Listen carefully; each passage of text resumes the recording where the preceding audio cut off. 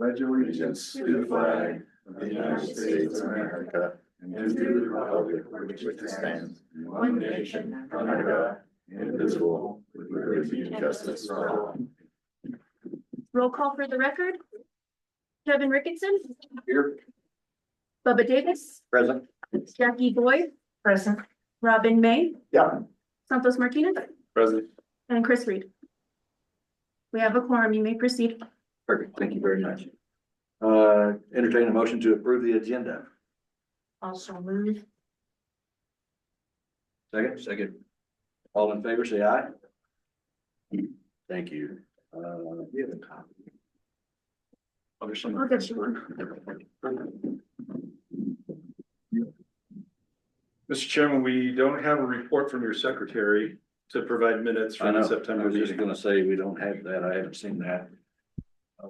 So we'll approve the agenda minus the minutes of September the 5th, 2024 special meeting. We'll need to get those from him so we can approve those. So I'd like to have somebody make the motion for the agenda, please. I'll make a motion to approve the agenda. Second. Thank you. All right, let's carry right on down to new business. Discussion and approval of amendment to zoning on a portion of lot 49 and 50 of the Moreno Valley Land Third Subdivision. Entertain a motion to discuss this. So moved. Second? Okay, so, Thank you, Mr. Chairman. If we could try to get this on the screen. As you may be aware, the village purchased a little over 4 acres behind Zeb's. It's got a panhandle that comes between Zeb's and the lumberyard to actually provide access easement to 434, and it loops back around. It's zone C1 today, and it's in the overlay. The village is looking at a number of vendors to provide homes delivered to set on the site. They were successful in securing funds from the state, I believe $2.4 million to run the water and the sewer up on that easement to get to the property. And so the Workforce Housing Committee has had maybe 8 vendors that they've been screening, and they've gone through their first round and getting ready for a second round. There is a vendor that most of them are doing modular homes, which are built to International Building Code. But you also have a vendor that's a manufactured home, which is built to a HUD standard. What this request would allow is it does not remove it from the overlay, but in the event that the premier vendor is a manufactured home, manufactured homes are only permitted in an R6 zoning district. It has the same density allowance as the C1, 20 units to the acre. But the village is pretty explicit on new manufactured homes where they can go. And so what this request would do, if we could get, I think it's ZA1, the site plan and it's probably at the top. Just to give a reference of where the property is. Yes.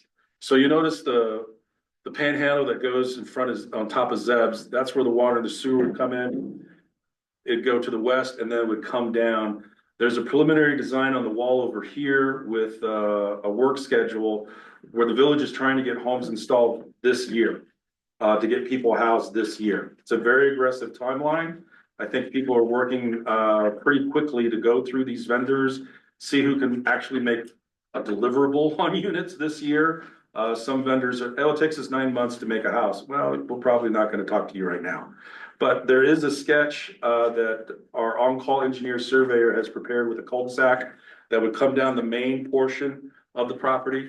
And so this request would be to just convert it from a C1 to an R6. You still have the overlay on top of it. But that's the ask, is that in the event that that vendor is chosen, we would have property that would be allowed for manufactured home. If the village chooses a vendor that does modular homes, it's still allowed on the property. You know, a modular home is allowed in any of the districts.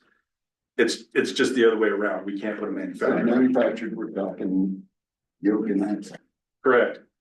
right. Correct. Removed. That I think is, Permanent that I foundation. think, yeah, I think that's part of the conversation workforce housing is working at, And yes. the title. But the vacate. fact is that it's a manufactured home, even if you take the tongue off, you take off the axles, it's still a manufactured unit. Yeah. And even if you set it on a permanent foundation, it's still a manufactured unit. So this, How many vendors have, modular units and how many, again? so just out of, one? out of the 6 that remain, 5 are modulars and 1 is manufactured. Okay, And so the village is looking at not just the deliverables, the financing that's available for it and the cost for it too. So in order to keep the rents where they want to keep them for people to live in, that's why that other vendor is still part of the mix. So how many again, units are we talking about total? it's gonna be a blend of 1s, 2s, and maybe 3s, bedrooms. I think that's part of the reason why there was a survey that was out to employees, you know, what size unit would you prefer to move in? How much space do you need? Do you have pets? Do you not have pets? The ask is to change the zoning That's it. to allow manufacturing. Correct, correct. Okay, that's. And the compelling rationale behind that is, There may be a preferred vendor that's just a manufactured home provider, based on, the applications we have now. on price. Correct. on And, space. and the They have a ability to whole selection deliver. matrix that they're working through, and Yeah. these are the ones that have made it through. Being able to deliver this year is a big priority in it. The financing available to make sure it's within the allowable cost. There's a number of bases that they're touching to come up with a preferred selection. But we know that there's a vendor that's a manufactured home.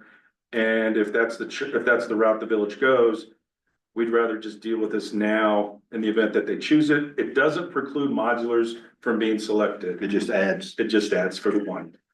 okay. So we don't know how many units we're talking, I think they're looking at 30 buildings. Yeah, quite a few. 30 are laid out on that cul-de-sac plan. I don't know the mix, but there is a mix of Right, 2s and 2s and 2-bedroom, 2-bath, 1s and things like that. is there a minimum size for the units? That depends on the vendor, how small they can go. Is there a minimum size that we will? I'm not sure. I'm sure there is. I'm not aware of it. Okay. So we're looking at 30 units there, that's correct, not what I can see. But as it's zoned right now, you can take a modular in. Correct. You just can't put the manufacturer on it. Okay,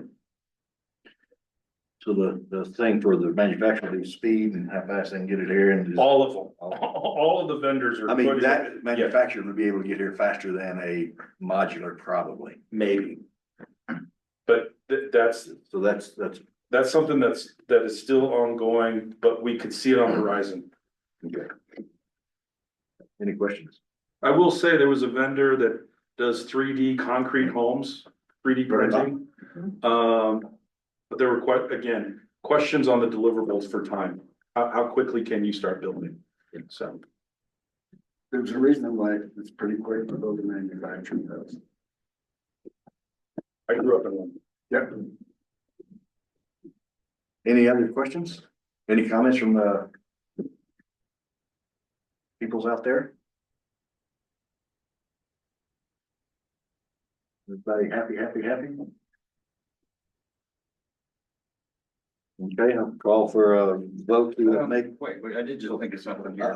So say we do rezone this for the mobile, and then they're not chosen, would we go back and remove that? just to stop it in the future. Well, just so that this isn't laying out there 10 years from now, and somebody says, oh, hey, I was sticking mobile home. on there." Well, the village is gonna be owning the dirt. So there'd have to be, it wouldn't be, hey, I've got a modular, a manufacturer, I want a permit for it.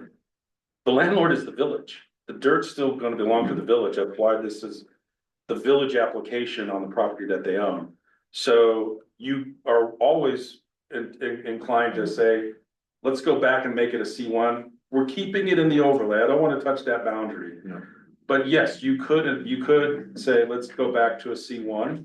I will say this, in the overlay, for cannabis retail, in the overlay, we say you have to be 300 feet from a residential district as opposed to a residential structure.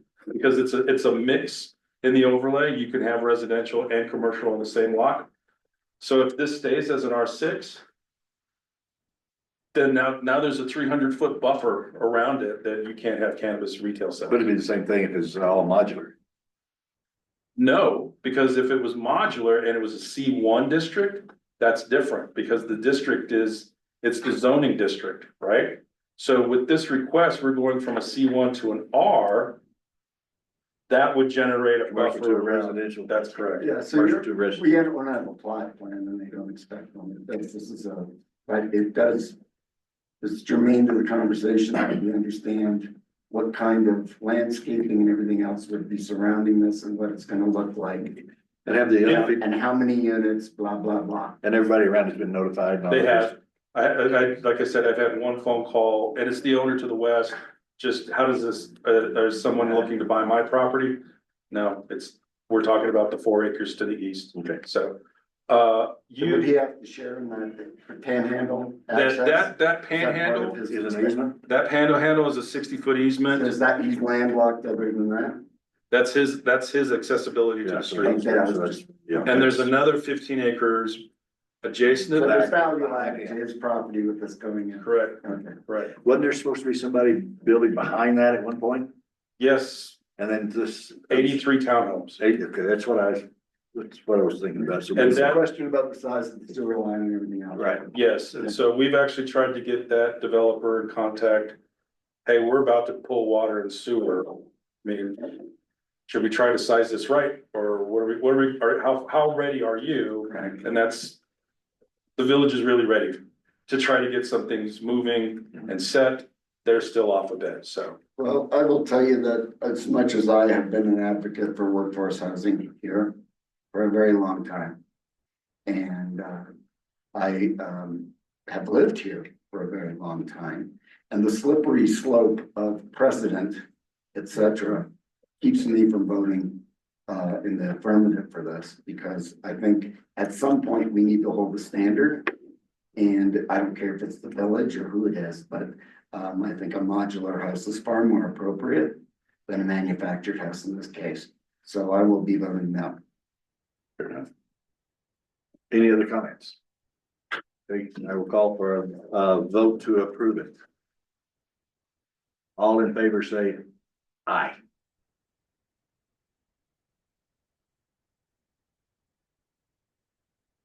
All not in favor say no. No. We got unanimous 3 no's. Okay.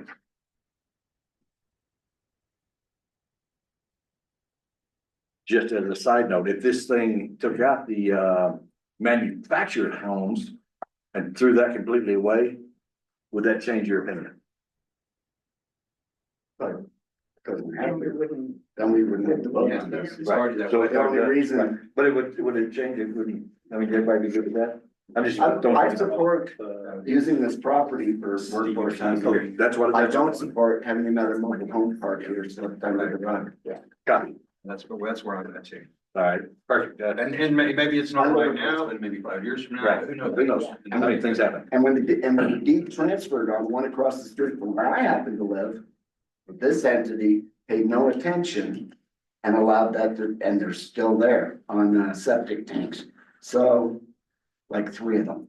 So to me, it becomes a sensitive thing. It's not a personal thing to me. It's just at some point, we need to take a step forward that's a positive. And I want these people that in the workforce to have a good quality experience and something that will last.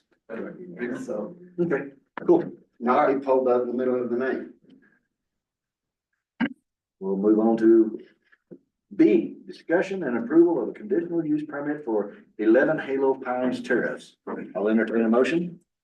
Also move. Second? I'll second. Okay, we'll open this up for discussion. Thank you, Mr. Chairman. So back in September, we had some amendments to our cannabis ordinance to consider the allowance of manufacturing. But the manufacturing allowance it does not mirror the state of New Mexico. Because we wanted to make sure we did not provide any opportunity for somebody to use public water in the manufacturing that all of a sudden goes to cultivations. So our manufacturing allowances are restricted to repackaging, relabeling. You could do extractions with a hot plate. We don't allow high volatile chemicals for extraction. The state of New Mexico classifies manufacturing into 4 categories. We picked and chose out of those 4 to come up with this. So the application you have before you, I don't want folks to feel, oh, it's overall manufacturing. Angel Fire, within its discretion as a municipality, said manufacturing minus this. So today's application, the applicant grows cannabis on their farm in Colfax County, in Warner County, needs to be able to repackage it, relabel it. Our code says you could do that all completely enclosed. You can't do it outside. It's going to be in the same facility that was approved for retail sales. And it's really for the packaging, relabeling, and then to sell, which would fall within our guidelines. I've had 1 letter of support, no questions, which is comparable to what we had the last time that this was considered. So It's legal in Mara County? Yes. yes. So when the state of New Mexico passed its cannabis ordinance, Mara County, they want to do it here. I think availability for land and water is probably more viable there. But I mean, packaging it.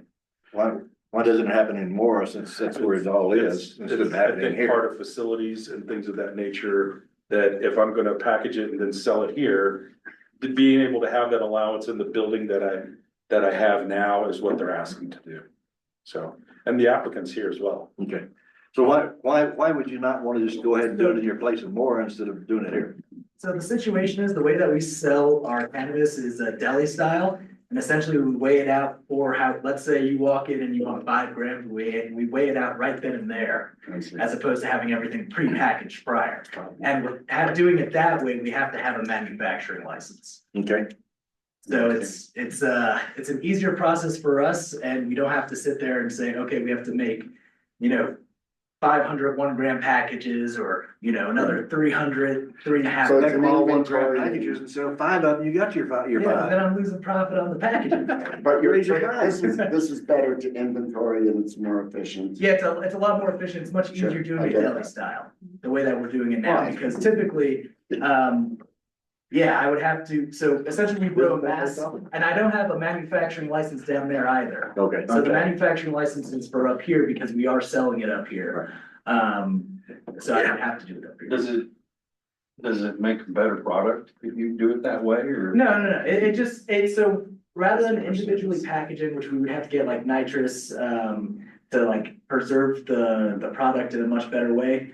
We have it in a giant bag where we pull out of, and that way we can actually like mix the flour and make sure it's getting aerated and everything like that.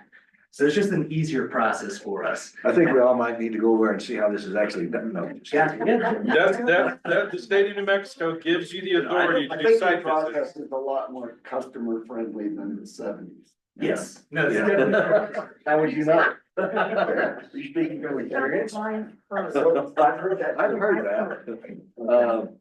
But Mr. Chairman, this, I think it's a pretty simple ask.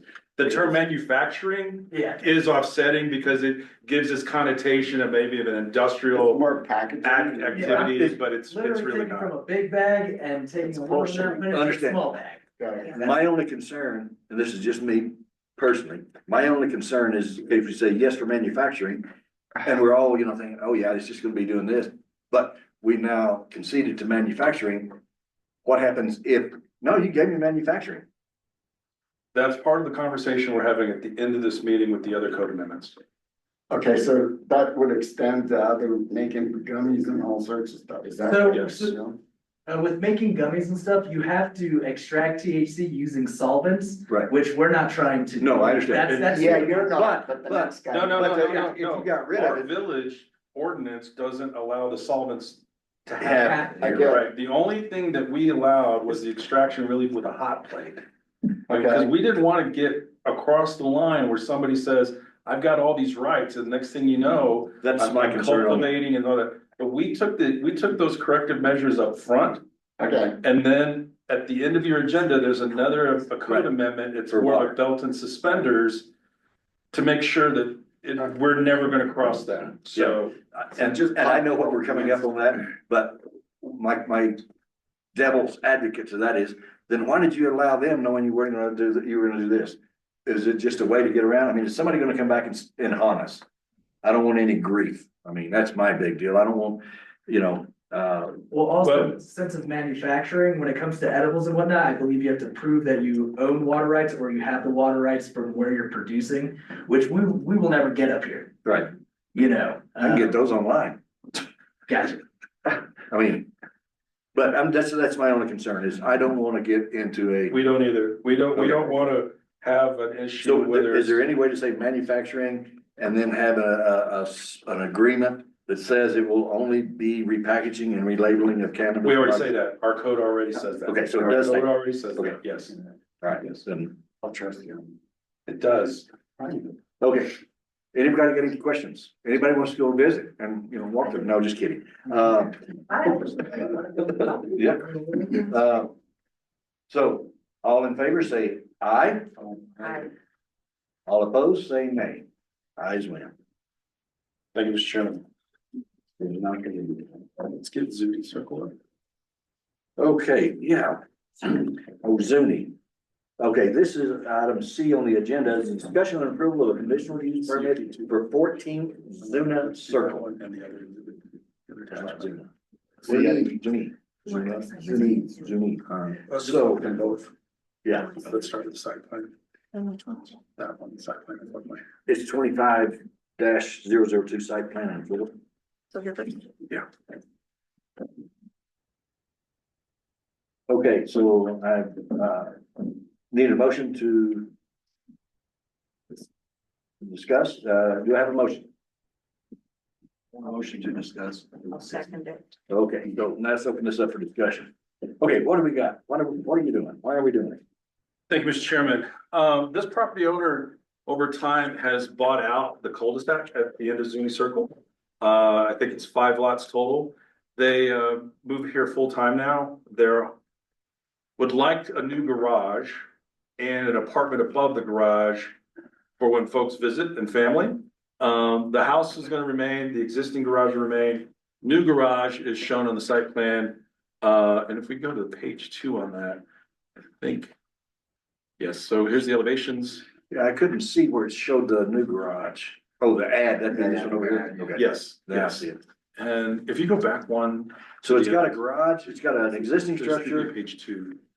Yes, and an existing garage, and we're adding another garage. correct. Okay, just so I'm. If you go back to the site plan and This one?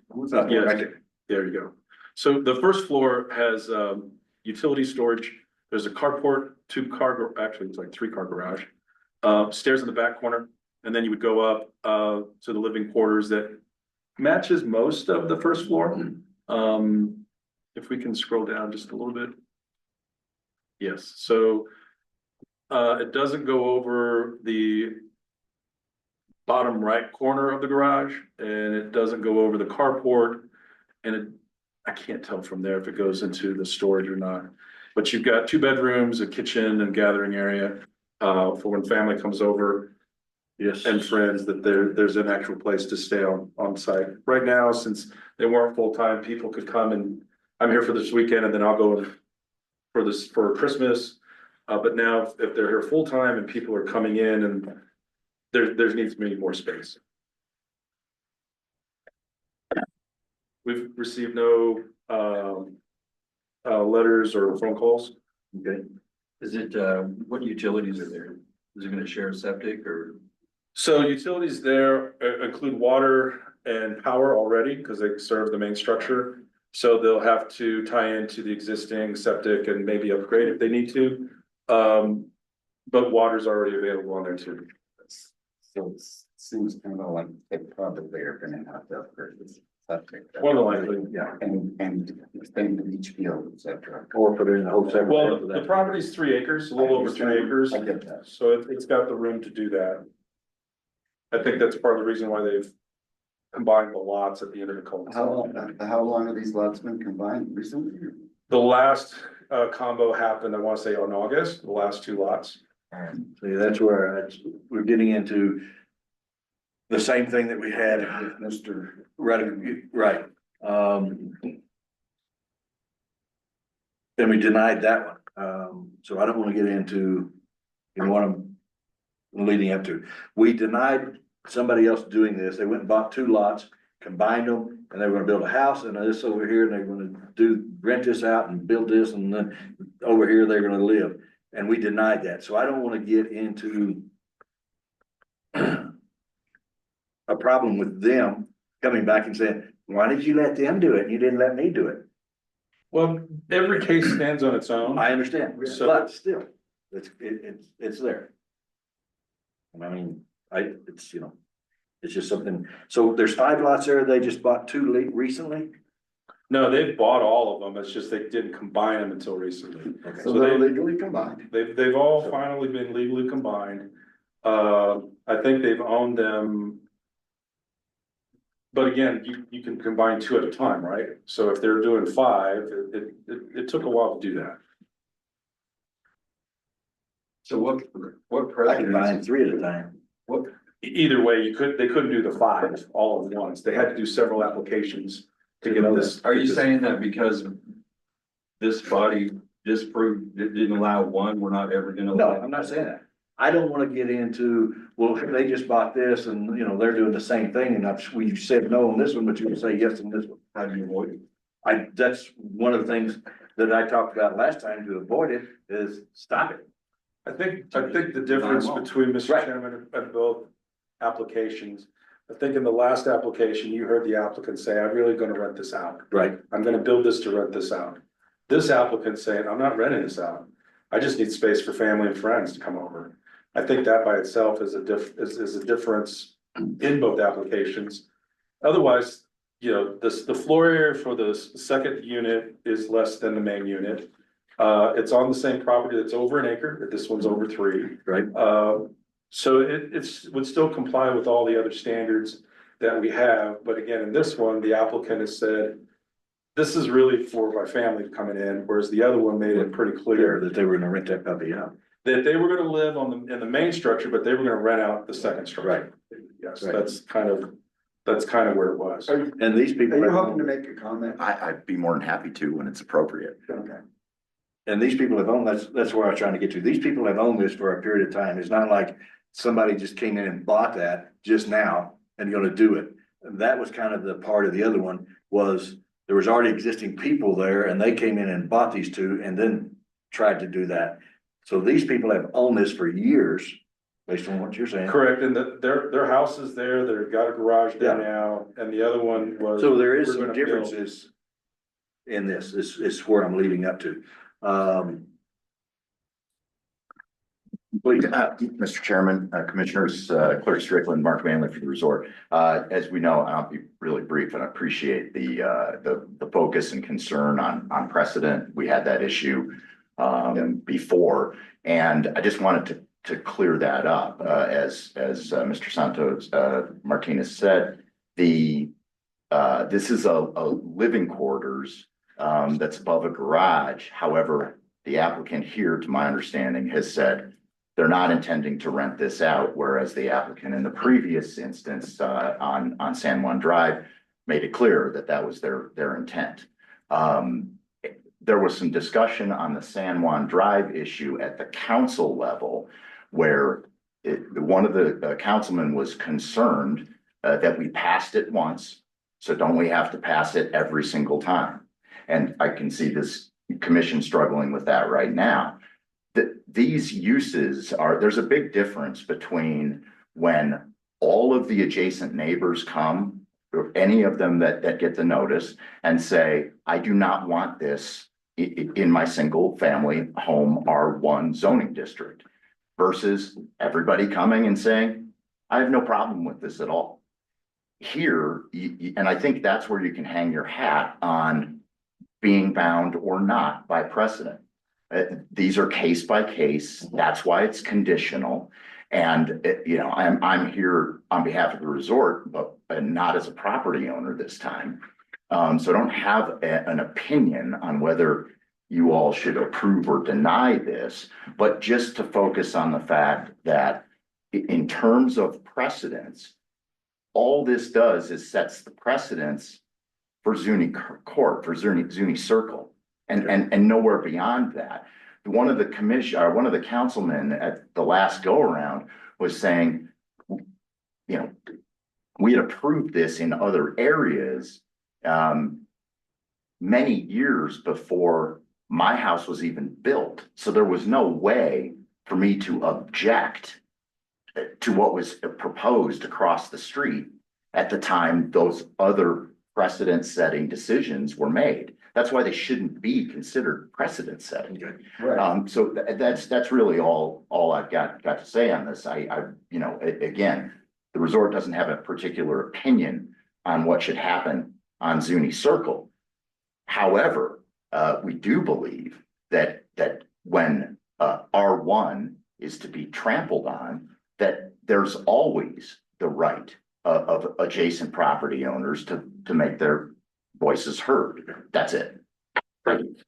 Yeah, I just, like I said, I didn't want to get into this. Yeah. This stuff, because, I voted yes last time. I'm gonna vote yes for this one too. so I just wanted to, you know, make sure that we weren't, you know, or I wasn't gonna, you know, somebody can make, well, you did this for this and you didn't do it. I don't want that. But you gotta. My concern is this, They may come back and do that. And They we'll have may. to address it when they do. is You're right. intent is what the present owner intends to do today. So all the other people have to do is come back and say, we intend to have our mother-in-law stay here. I intend to never subdivide it again. I intend to never rent it. The next owner may. In theory, you could plat this into 2 lots with 2 dwellings. Right. You could, but we're not there. No. We're not there. The only thing we've got in front of us is an application on over 3 acres. Right. Where you've got a property owner who's wants a new garage with an apartment above it for family to stay when they visit. Right, That's and it. I That's all like you it that it's really 3 have. acres, and I like it that it's that. I like all of it. So I mean, if I were a voting person, then we all vote. Well, I can't vote. The There's village no house was choice. intended to be a temporary building in I vote yes. 1970, just. But I just wanted to clear it out so that we know what we're doing. Mr. Chairman, you know, clearly this can create an enforcement challenge. At the last time this issue was before you, you had the applicant saying very clearly, I intend to rent this. Here, my understanding is the applicant has said, no, we're moving here full-time and we need more space. Right.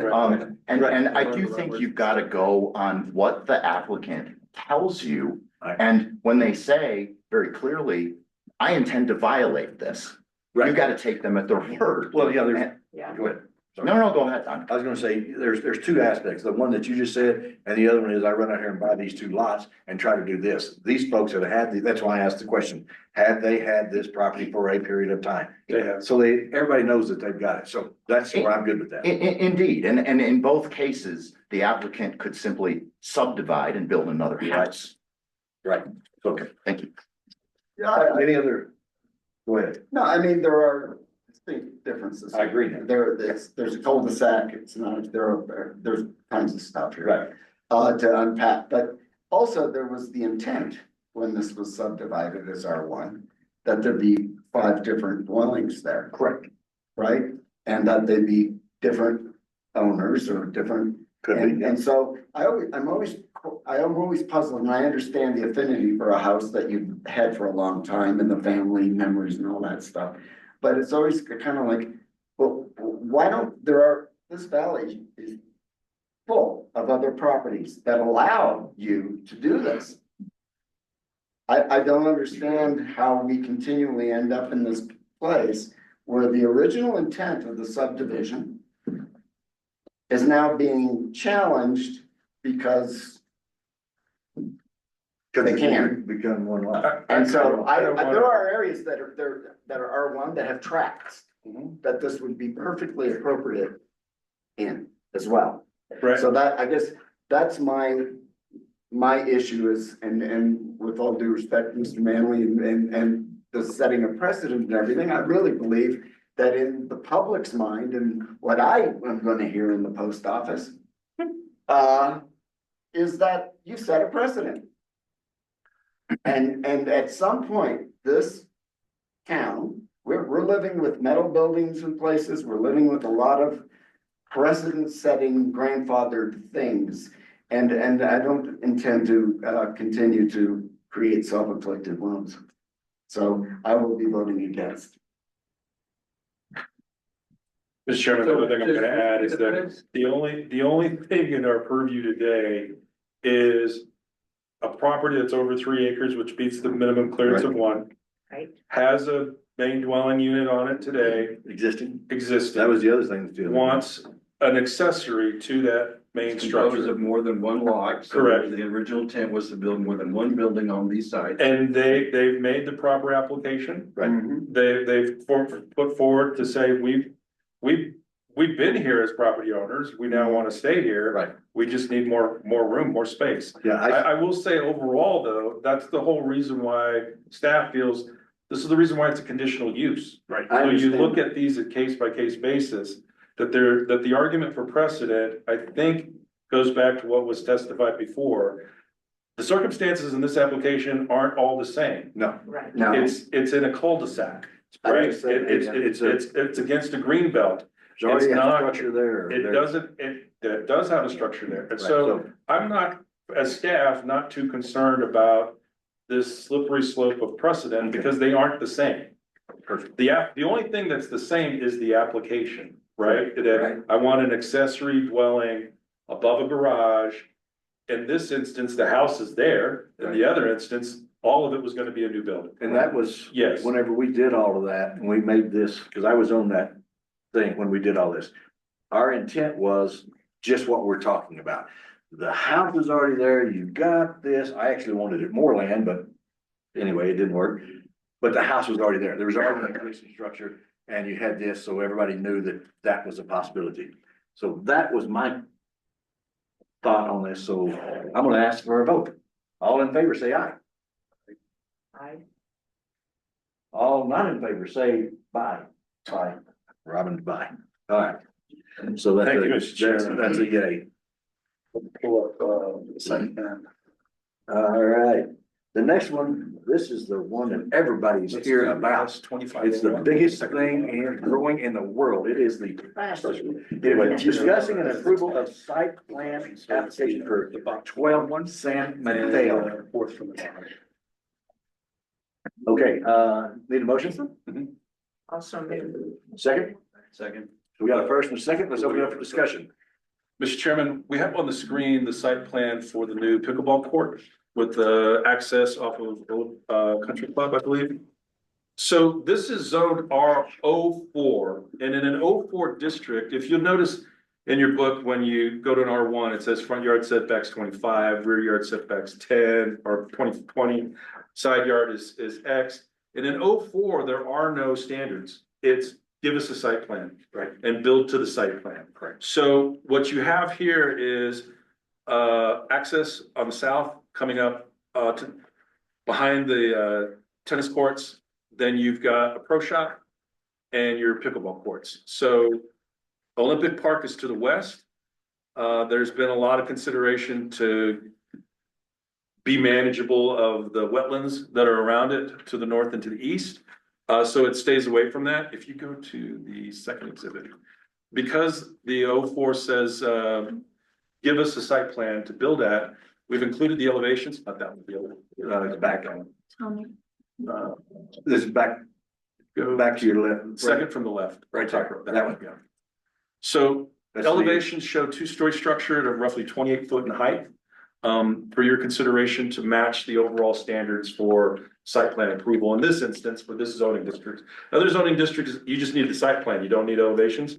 This one, we've got both because there's no height standard except what you show, right? So we've shown the height for the structures, we've showed the access of Country Club to get into the parking area and then to the pro shop and to the courts behind it. My understanding, the pro shop will also have food and beverage component as well. Rooftop. Yes. Margarita bar. Margaret? And this is probably the first 04 application I haven't seen another before this one.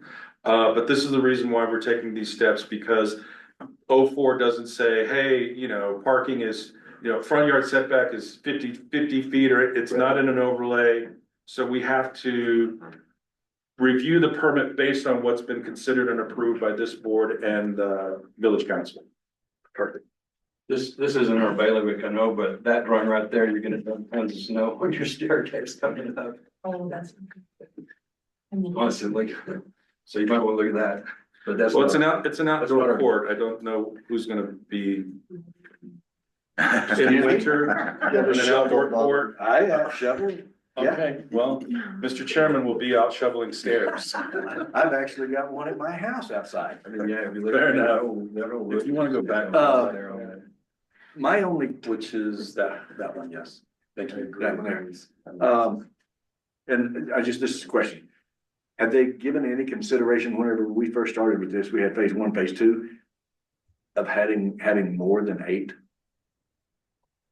Because if we designate all of that as wetlands, then you're gonna have to go back and trade more negotiations and all that good stuff. And it's just a question thrown out there.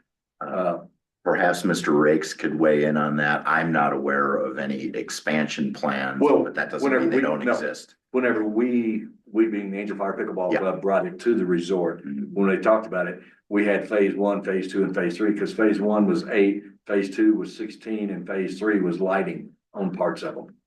And so we gave the resort a set of plans showing that with parking, just pretty much what you've got. But that's all I was asking. Are these gonna be lit? What is it? Mr. Chairman, Yes, sir. Okay, last time, tell them to unmute. Dan, you need to unmute. There we go. There you go. I hate it when people do that.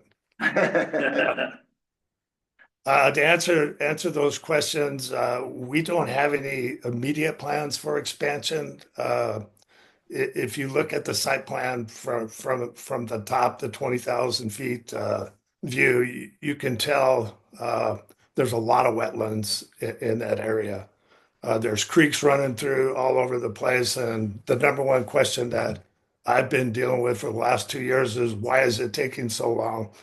Well, we tasked our engineers from the beginning to put everything we needed, the pickleball courts, the pro shop, the splash pad.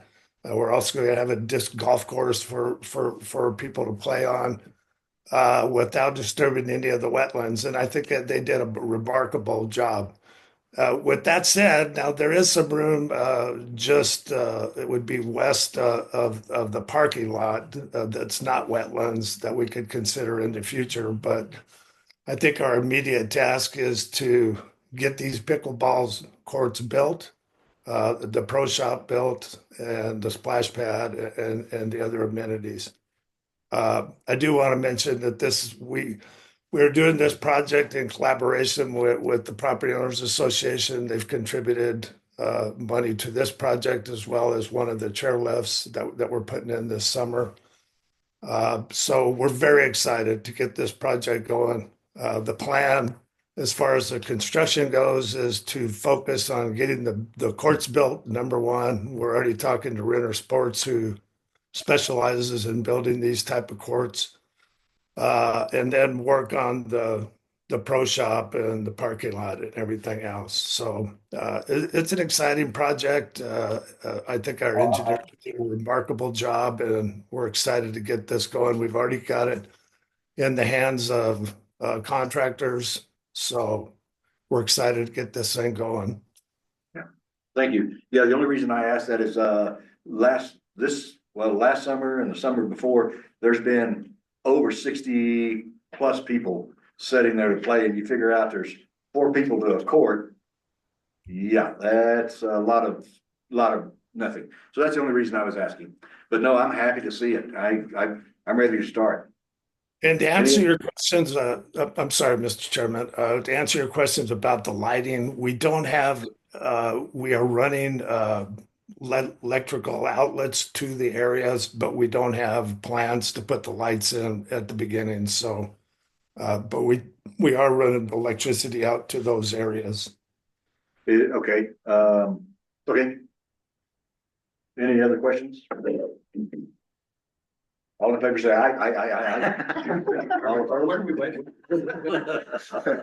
This is just to approve the site plans? or- Yeah. Correct, site plan elevations, that's the only thing for consideration. You know, it's an awful noisy, I mean. I don't wanna. I know you gotta visit the neighbors. it's an awful noisy, so everybody I hear that lives near one of these things complains about the Moves, it was there before you were. I just thought I'd mention that. And just up the road.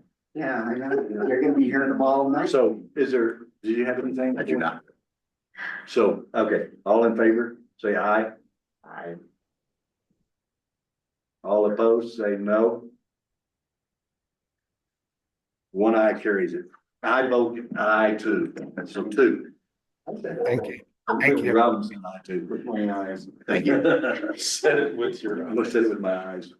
Thank you, Mr. Chairman. We'll get this scheduled for council. Perfect. Thank Discussion and approval of plot application for lot 65 re-amended Angel Fire Chalet Unit number 4. Motion to, I entertain a motion to, discuss. also moved that. The end, yep. Got a second? Yeah. Okay, so let's talk about this one. This one's, Mr. Chairman, it's up on the board. It's a little over 45 acres. There's a structure, there's only one structure on the property. And that's in the northeast corner, you'll see there, where the access point, you see the drive that comes back to back basin. So the request that you have before you is to take the 45 and split it into two lots. 10 acres for the house, and then the balance is still zoned I believe that's still an R1. There's no proposed development with this request.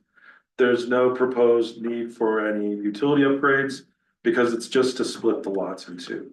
This is not eligible for an administrative review because it's over 5 acres.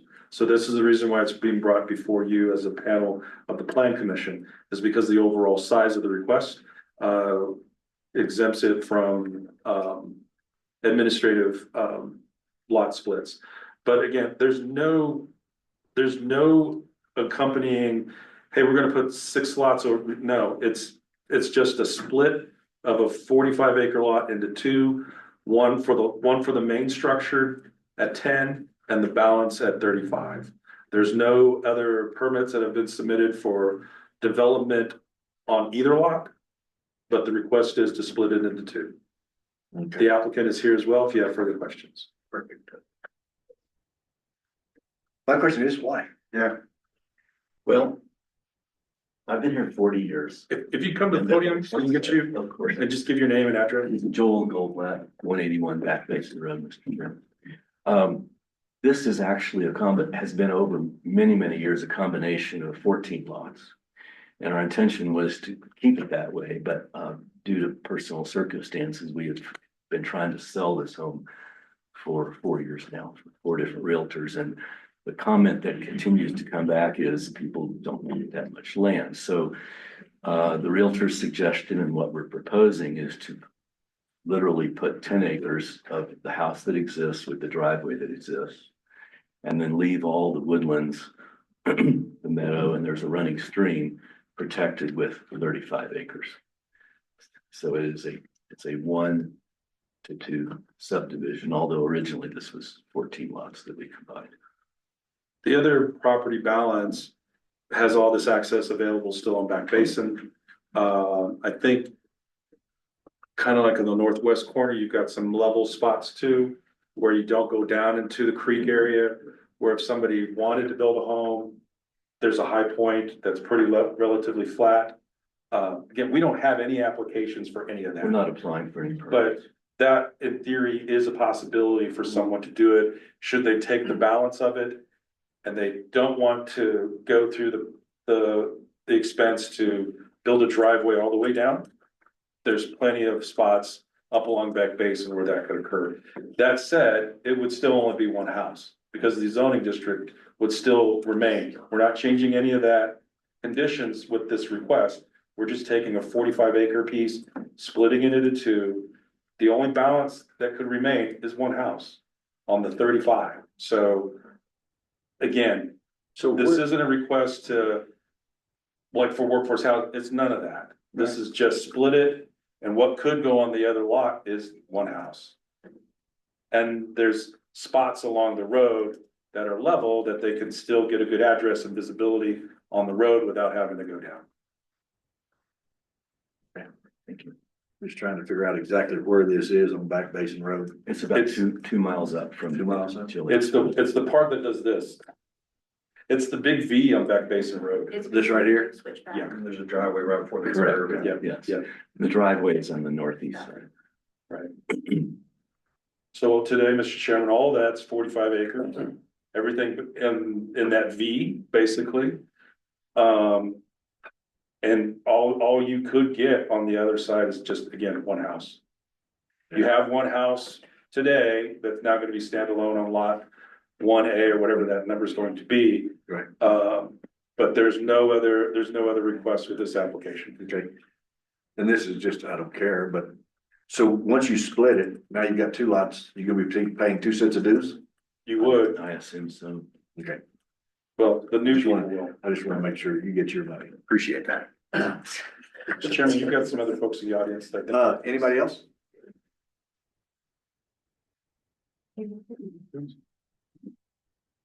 Mr. Chairman, ladies and gentlemen of the Planning Commission, my name is Evelyn O'Coin. My husband and I own lots 71 and 72 directly across from this. If you have the other picture available, I don't know if you have that available.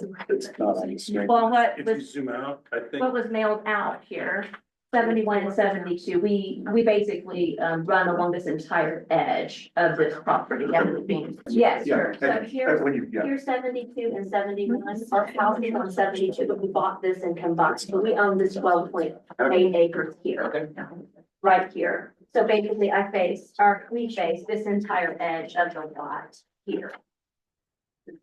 Here, I'm trying to find it. yeah, 72, 71, we own both, our home is on here, and so we edge this whole, I face this way. Yeah, is that helpful? I'm just trying to, I always think it looks like a penguin head when you look at it right from the sky. I wanted to call it like Penguin Palace or something like that. okay, so I got you right here. Exactly. This is you. That's me. We've lived here full time. August will be 4 years. Okay. We made the brilliant decision to start building during COVID. I'll let you use your imagination how that went. I did Um, Timing is everything. We don't, my only, my assumption would be we split this into 2 lots, the 35 acres then that is now parsed out. R1, a house can be built on it. A house can be built, I guess, anywhere, right, on that lot without any sort of approval to the plat or anything of that nature, right? So every permit has to go through review administratively, that it complies with all the remaining standards of the village. Okay, It's setbacks, it's height, lot coverage. Yeah. That we get a water meter set, an encroachment permit set, all those still apply. right. So where our house faces over on 72, over that edge, is actually where the guardrail is, and it's Right. very, very, very steep there. So a logical human would look at that 35 acres and go, well, nobody would ever pick to build right in front of those poor people's house, because that's where it drops off 60 feet from the road. But obviously somebody, if they wanted to, could build a house with a suspended driveway, garage, and drop right in front of us now. I mean, right, that could happen. And we knew what was there when we built our house, knowing that that lot was already built on and nothing else was supposed to go. In theory, Mr. Chairman, in theory, that's correct. In theory, you could do In that. theory, and In- logically, that makes sense. And I agree. Again, I think practically, yes, that's a really bad spot. I mean, you do see stilt homes on El Camino, right? But those lots in El Camino have like 50 feet of frontage, 100 feet Right. of frontage. They don't have 35 acres worth of frontage. And in this request, you do have on the western boundary in the northwest corner, you do have property on that lot that's suitable for development and not having to engineer something That next to the guardrail. being said, Here, my husband the Chris would love view to. from that point Yeah. is much better than it is. We built going out where it's steeper on ours rather than necessarily was flat because we wanted the view. So we went right up to the edge where it was. Sure.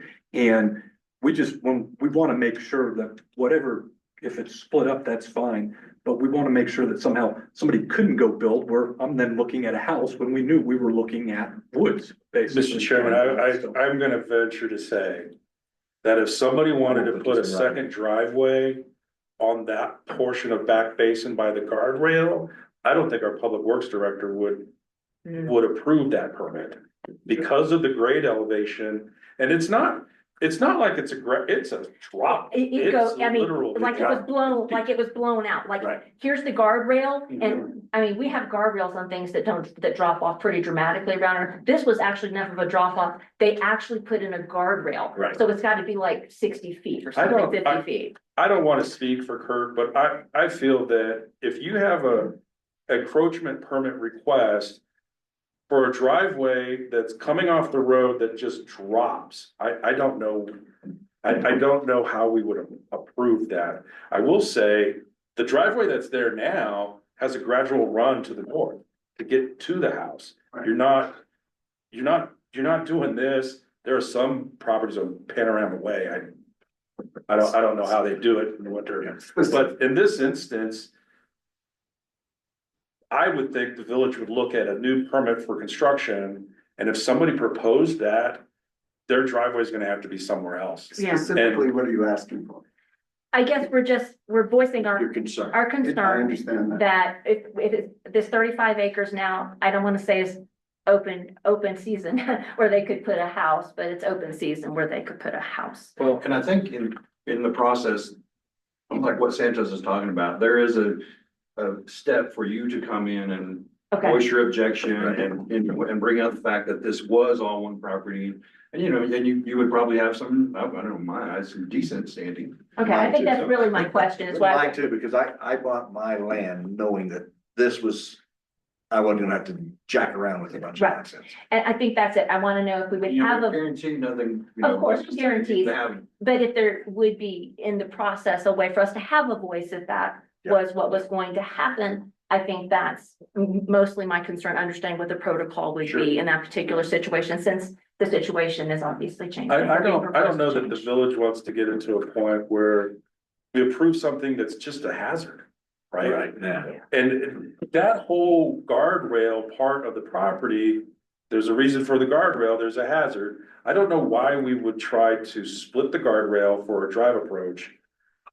When there's No, there 35 are other some acres. areas over next to the guard, right, because the guardrail's But right there. even those that's spots. because our other neighbor ran off the road there and Yes. passed away last year. Yeah, So- I don't know that the village would want to Yeah, create a we wouldn't scenario where we almost encourage a hazard.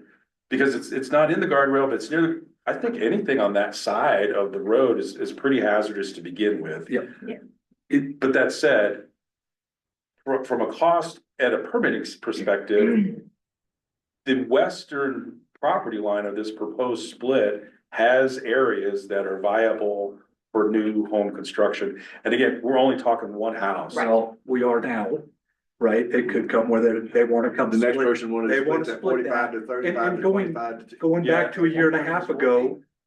But I still. They I wanted to still build 9 casitas. 9 casitas on the property. Right, but I still think in that perspective, it's still gonna be a challenge to get a drive approach on that side of back basin, regardless of how many lots there are. But it could happen. I personally would think that if somebody wanted to split this again, they would split it so they could get to it from the other side of back basin. Yeah. And that they're not on the east side of back basin trying to get a drive approach. They could, but then they could go build a house kind of up against that back area. where So that here's would look- I mean, the other that's- thing I want you to be mindful of. The village measures grade and maximum height from the highest point of the property where you're building. Mm. So if you're expressing to the commission now that boundary goes like this and just drops, right? I'm going to measure grade from here, and the most you can get is 35 feet. So they can never get above the bowl The line, road, the ridge okay. line. That helps. Just because if they're gonna build on that flat, that's fine. But But it starts there. It starts there. Got It it. doesn't start up top because they're not building a structure there. If they were on the other side of Back Basin where there's some flat, I'm gonna measure from that flat point Okay, going up. So I'm familiar with the spot. It kind of goes into a bowl as Yes. you get into the V. Well, if you're gonna build in the bowl, I'm measuring from the bottom of the bowl. okay. So your view shed should remain the same unless they choose to take out more trees or Oh, whatever. and that could happen. Yeah, They yeah, could that take could it out happen. the trees Yeah, if yeah, they yeah. wanted to. That's But not an the issue. reality of building a structure, measuring grade the way we measure grade. I think if I was a property owner, I'd like to get a view shed too.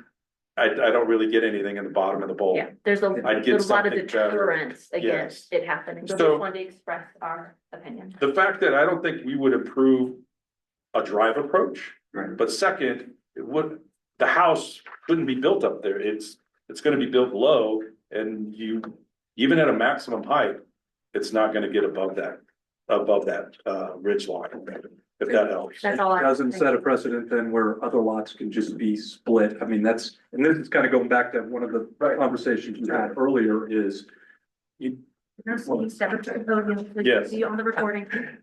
it's just making sure that it's not something that then somebody wants 35 1-acre lots, and that's not, right, we bought knowing what was there and what was, and we didn't have to worry about the future, but this kind of. And seems that's to open it why, up. Mr. Chairman, that's why this is here before you. Because it doesn't qualify as administrative. If somebody wanted to do this again, they're gonna have to come through this exact same process. You saw the notice that went out to all property owners within 200 feet. Everybody was made aware that this was happening today. Right. You have property owners that were here today because of that. So And I like that. if somebody wanted to do that exercise, it would be in this same type of venue. You would get a notice, you'd be told when it is, where, and it's gonna be in here, yes, but I also want you to rest assured, there are other provisions of the code that I think protect what the interests are that you're trying to protect. Yeah, because there is a height limit. I couldn't Yeah. find it exactly in there because. Yeah, just one other thing on the notice too. Last time the notices were a lot better because there were things posted out along the road. So even if you didn't get the mail, you would see what it was. This time I got an envelope. It was open. It could have fallen out and I would have known what was in there at all.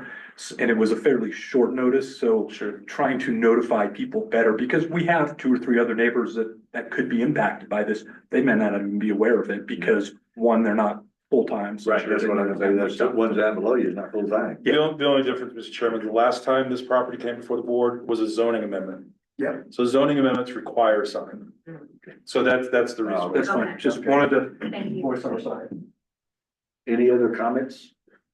Questions, concerns? You know, I understand their concern. I think, it would land in front of us again anyway, if their concern materialized.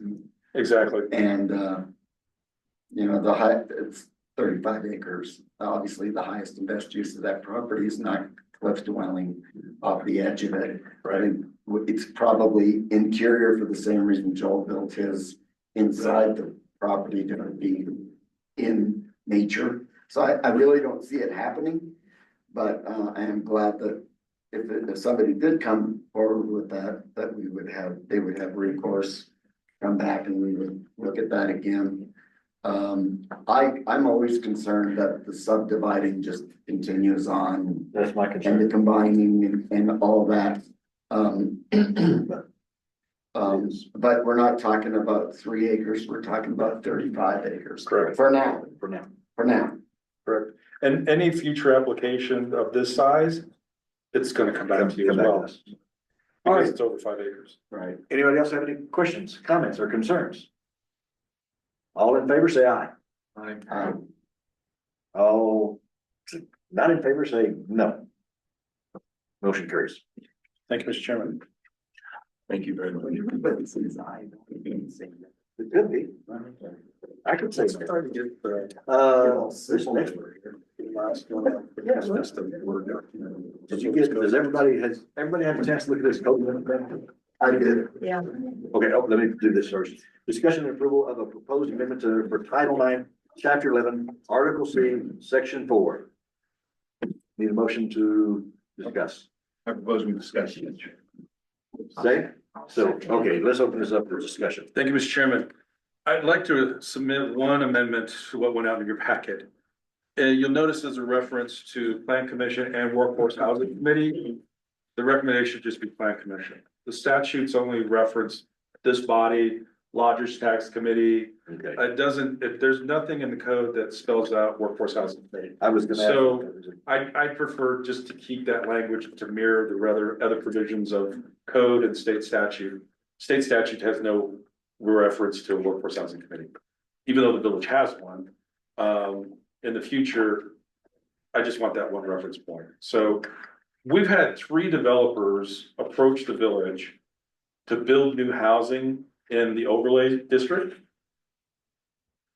to provide a percentage of their build to the village for workforce housing in exchange for a density bonus. And in listening to them as well, how many units are we talking about? You know, because the most you can get right now is 20 units to the acre with our R3 standards. In the overlay, even the commercial districts say you can build R3 standards, 20 units to the acre. So what are we talking about when you ask for a density bonus?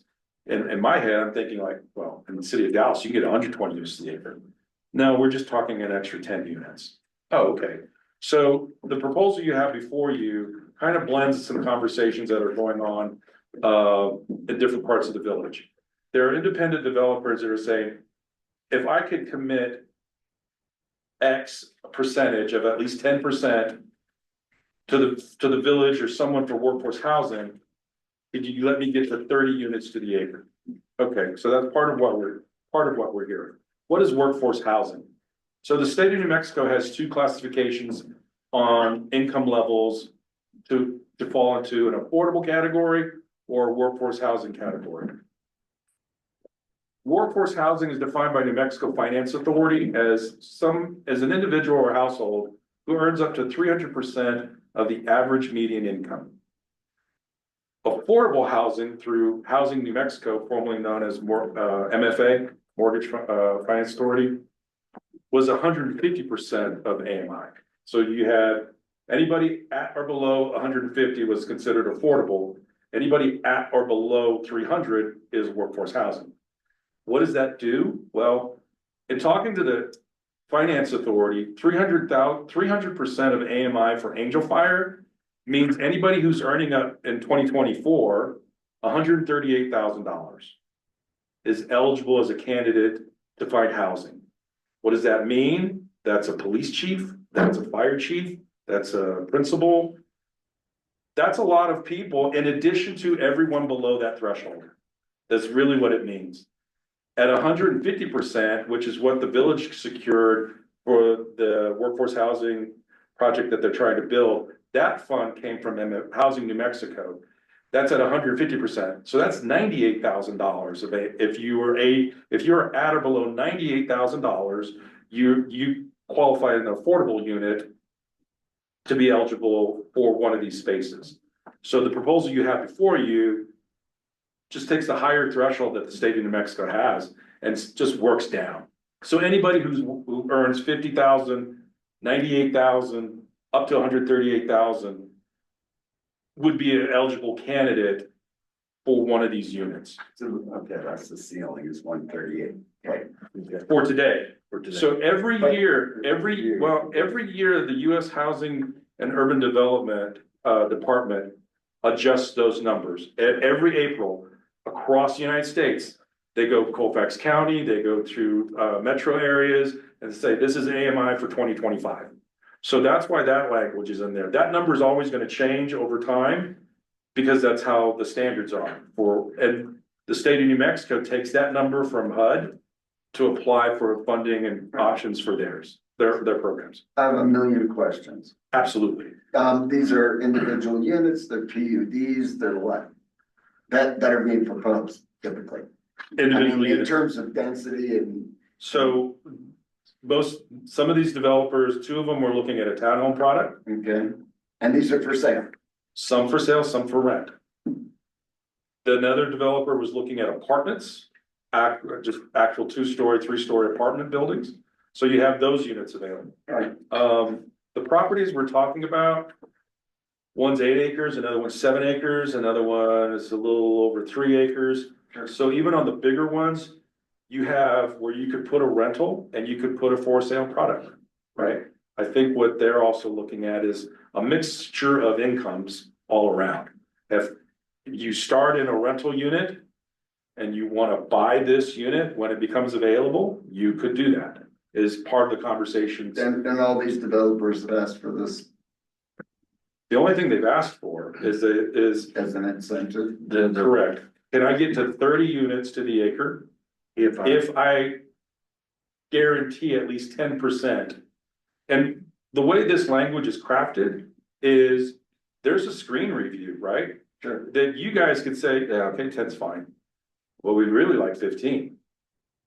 That you could have that conversation with an application that comes in, or 10's good. In phase one, with this, what's being proposed, you've got a lot of discretion on that to consider whether or not it's worthy enough to get that extra 10 units, right? But we don't have any tool that triggers that mechanism at all. And these are all in the overlay? Correct. And the reason I put the overlay is there's water and sewer. There's water and sewer there. And we really should try to encourage more tap fees right along the road that makes it easy to get to for folks to develop. How old is that special assessment district? Not old enough. Pretty old. But the fact that people are looking at it to build units, Yeah. I think that's the big part of, okay, if that's the part of the village that they wanna talk about, let's look there. And if you wanna open it up to other parts of the village later, that's fine, but I think the overlay has some assets to it that's vacant land, water, sewer, access to highway. Some of it has sidewalk, that it should be encouraged to look at. So how does this feed into like parking and that kind of stuff? It doesn't. So there's no variances with any of that. We would have to look at, I'm sorry, 30 units on an acre and then they can just park in the street? no, Yeah, I mean, because I'm not saying- use this as example here, this layout that they've kind of proposed, and I know it's just a proposed layout, this is not final by any means at all. But if you look at that, it just looks like, where's the parking? I mean, there is some in there, but it's like 30 spots. This is the 30 workforce units. housing one. Right. that's the village I application. mean, that's my kind of concern. You go sticking these things in there and all of a sudden people are Yeah, where parking all over and you know, no. This I don't does think not- One car is two. This does not provide any variances to parking. So all the other standards that we have in code, X number of spaces per unit, all that remains. All that stays intact. The only thing that this does and why it's crafted in the overlay is just on the density portion. So when we start looking at permits to say, okay, how many acres do you have? How many units are you proposing? Do the math. Okay, yeah, you're within it. I just want to make sure. But we are not asking to, yeah, we're not asking to do any other variances with this request at all. it says here, at least 3 housing developments, this proposal. How realistic is that? I mean, Really realistic. we as a committee have approved several. And nothing's happened. So Nothing's happened. there's another property that's already, it's under contract or about to close. The other property next to Zeb's, between Zeb's and True Value, that's about to happen. The corner, Say that again? so the property that's vacant where the cannabis shop originally wanted to go, Right? between Zeb's and True Value. They're looking at a commercial piece along 434 and housing in the back. Townhome style housing, 2 or 3 story units. That developer says, I may not need 30, but could I get a little over 20? Okay, well, this says you can go up to 30, right? So that's one. Property at the hard corner behind Remax that we're originally looking for a hotel. Right. That's about to go, actually, that did close in January for 104 units is what they're proposing to build there. Apartments? No, townhomes Okay. and detached single family. So that they want wait. So you said 104 homes. 102, 104 units. Townhomes, for rent and single family detached for sale. Okay, here's my concern. And this is just me being the way I am. Here we got 104 here, we got 83 here, we got 30 here. All these water taps. Do we have that water? Great If- question. If in case something happens like it did I don't wanna run out of water. If I wanted to live with no trees, I'd have bought an eagle nest. I'm glad you mentioned that, Mr. Chairman, because it Because was- that's ridiculous. I mean, the that's, village actually met with the state engineer's office 2 weeks ago, and year to date, from 24 to 25. As you may remember, the village installed all these new water meters. yeah, I've heard it all over Facebook. There you go. The village has installed a new 300,000 gallon tank over tank 7, which was 100,000. Right. They've also installed meters at those tanks to let us know when there's a leak.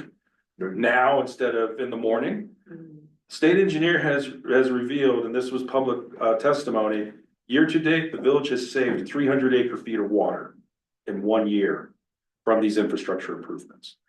So, and that's not even going out after more shares, which the village is still aggressively trying to do. Yeah, but the only shares we can get my understanding is the only shares that the village can get are, you can't get any more seniors. It's all junior shares and all. The village is being very Okay, creative that's what, and going after it. because that's So- my concern. I don't want to see us burn down. I because don't, we I run don't out think of the water. village wants to be in that spot either, but I do know the work that the village has done in just 1 year's time to save 300 acre feet of water with a lot of the infrastructure upgrades that they've done has been incredible. I think you're gonna see, It doesn't mean in 10 years we're gonna save 3 million. well, There's I think still Like 300 acre feet, how many you're you're hitting right now. here? I think we're trying, I think you're seeing the village starting to get ahead where it hasn't had any movement at all.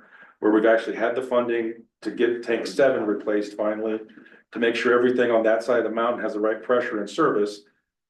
And now Kurt told me when tank 7 was replaced, there was a wet stain in Cheerful Way. No one could figure out where it was from. It was from the tank. There were 3 holes at the bottom of the tank that weren't revealed until they removed the tank, and it was leaching into the street. And now with the new tank, that's 3 times the size, there's no more spillage and linkage.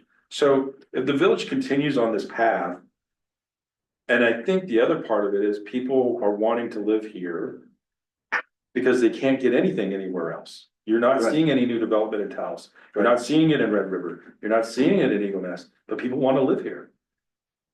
I think the village is being very aggressive and proactive in looking at water rights, what's available, and what can we do to ensure our infrastructure is at the right size and the right place to make it count. So that's not to say that concern is not a concern. I think people have been trying to take that into account Okay, and talking into this conversation about housing. because that's a concern that I have. It is. And that's a big, I mean, we got hydrants out there that don't even work.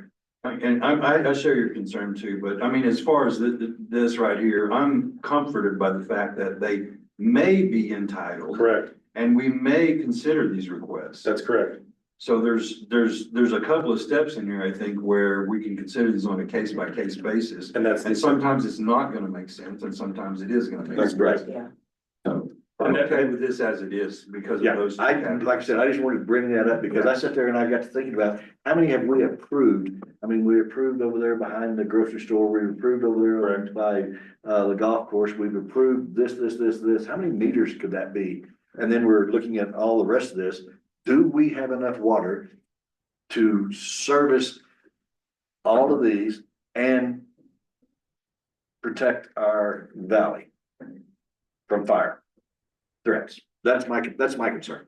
So And then, if we, just bring it up every time they propose one of these and we'll make sure we have the documentation, infrastructure, whatever in place, yeah. yeah. And So that's, actually, Mr. Chairman, that ties into your next two. I know, that's why I read that and I'm like, See how he segues like. yeah. So, let's, But Mr. Chairman, you're absolutely right. It says may, doesn't say shall. right, And it does necessitate, hey, if you want it, you need to ask for it. It's not an automatic. And we're gonna take it case by case, but at least there's this opportunity.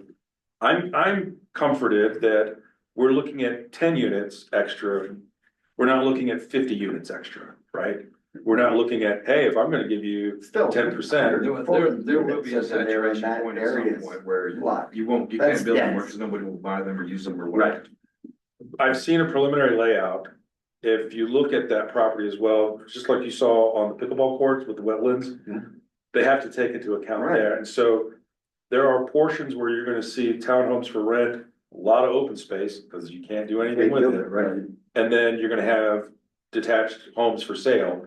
But they actually want to utilize that wetlands as an open space, as an amenity to that site. I'm not saying that it's completely flat and unreasonable. I think they're trying to work with what's on the property now to make it work. There's a third developer that came up to approach about, about Patriot Plaza being shut down. People have been expressing interest with the property owners of taking that 8 acres. That's 20 units to the acre as well.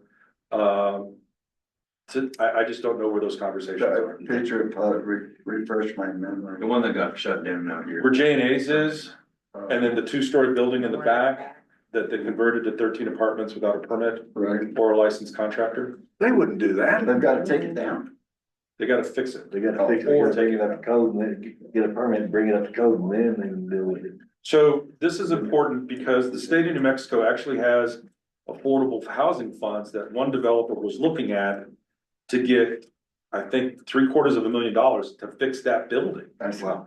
And then get another pot of state funding for affordable housing to build more units. Okay. So this, I'm afraid that if we don't have this kind of wording, that they might use it to deny us funding, saying, well, you don't have the ability, that. So that's another reason why I'm kind of leaning for this for sure. there's an I mean, application. I have no issues with it. I just wanna make sure we as Me a neither. body are thinking, not for today, not tomorrow, but Right.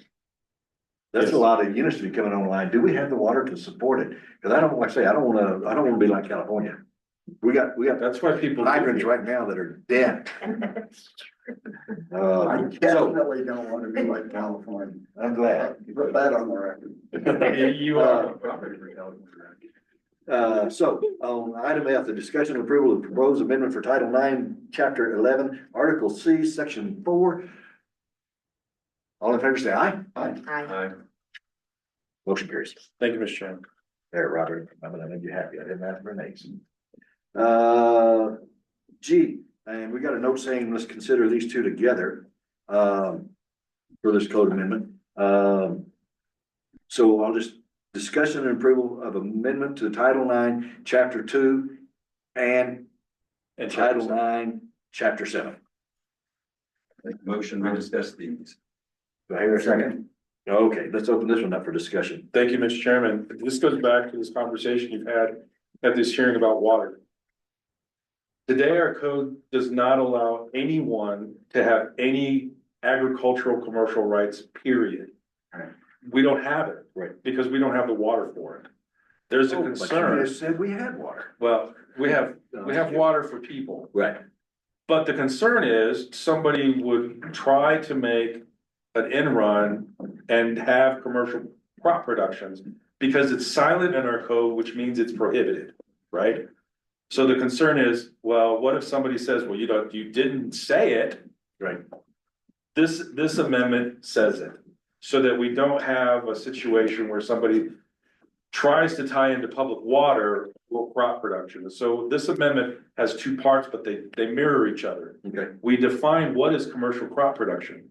And it's the cultivation, it's the harvesting, it's fruits, vegetables, or other plants for retail consumption, sale, or distribution. And this is strictly on domestic water provided by the village. Correct, Okay. correct. So Because there are people out there with wells. that's right. The water bottling company on the north end of town, they're not tied into our water. They have a well, they have a commercial well they've had prior to annexation. So that's what they use. This definition would for anybody coming in. Not only do we not allow it, now we've defined it, and then in chapter 7, we put it in the supplemental.